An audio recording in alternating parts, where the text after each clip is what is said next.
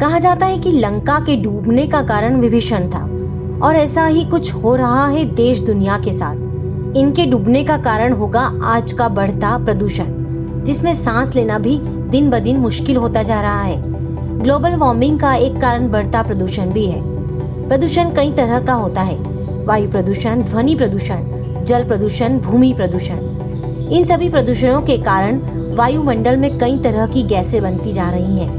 ये सभी गैसें ही हमारे तापमान को बढ़ाती हैं और प्रदूषण इन गैसों को बनने में मदद करता है। पर्यावरण के लिए सबसे बड़ा खतरा प्रदूषण बन गया है, क्योंकि ये हर उम्र के लोगों के साथ ही जानवरों के स्वास्थ्य के लिए भी खतरा है, क्योंकि पिछले कुछ सालों से प्रदूषण की दर बहुत तेजी से बढ़ रही है। इसके लिए गंभीरता से निपटना होगा, नहीं तो हमारी आने वाली पीढ़ी इसके नकारात्मक परिणाम भुगतेगी। बढ़ते प्रदूषण का सबसे बड़ा कारण है इंसान का स्वार्थ, क्योंकि ज्यादा पैसा कमाने और अपनी इच्छाओं को पूरा करने की जिद में वो कुछ भी कर रहा है। मानव की निरंतर प्रगति के चक्कर में तकनीक तो बढ़ रही है, लेकिन इंसान अपने जीवन का अनुशासन भूलता जा रहा है। शहरीकरण और औद्योगिकरण, लगातार जंगलों की कटाई हो रही है। मेट्रो शहरों की तो बात ही क्या करना। दिल्ली एनसीआर में तो प्रदूषण का स्तर चरम सीमा तक पहुंच गया है। आम दिनों में तो ये बढ़ा हुआ रहता ही है, लेकिन जब कोई त्योहार आता है तो फिर कहना ही क्या। सभी एक दूसरे पर आरोप मढ़ते रहते हैं। सियासत तो खूब होती है, शासन प्रशासन की तरफ से दावे भी बहुत किए जाते हैं, लेकिन अंत में सभी दावे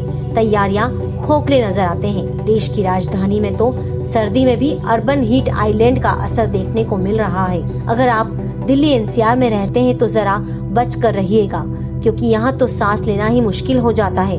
बढ़ता प्रदूषण लेवल जान पर आफत बना हुआ है।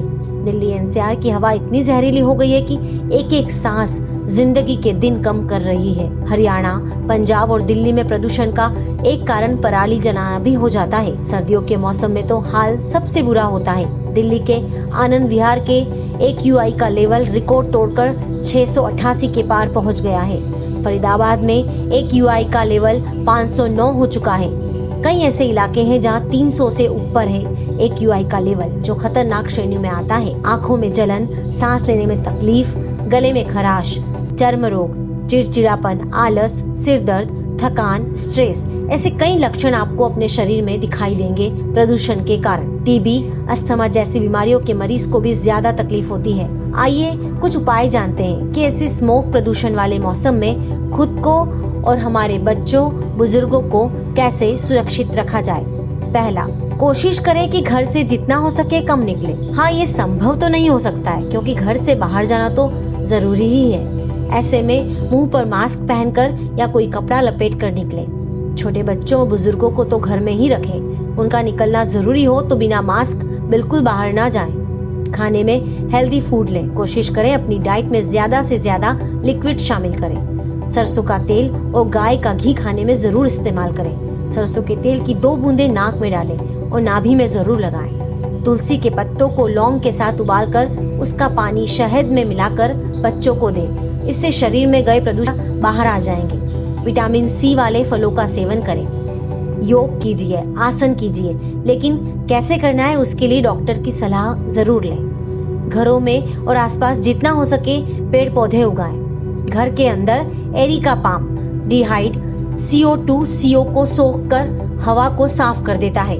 ऐसा प्लांट जरूर लगाएं। एरिका पाम, इसे करीब 3 से 4 महीने में धूप दिखाने की जरूरत होती है।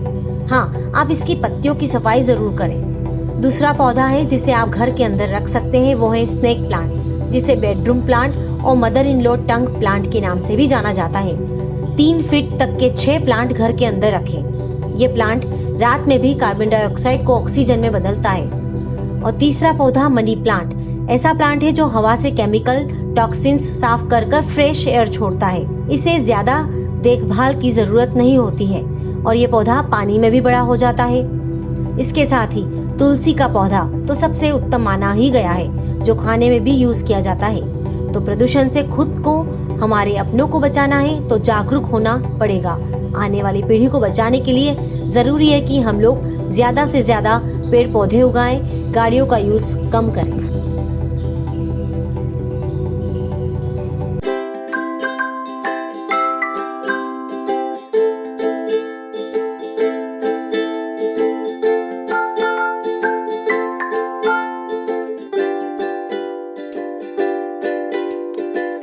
हमारे साथ जुड़े रहने के लिए देखते रहिए देश रोजाना का YouTube चैनल।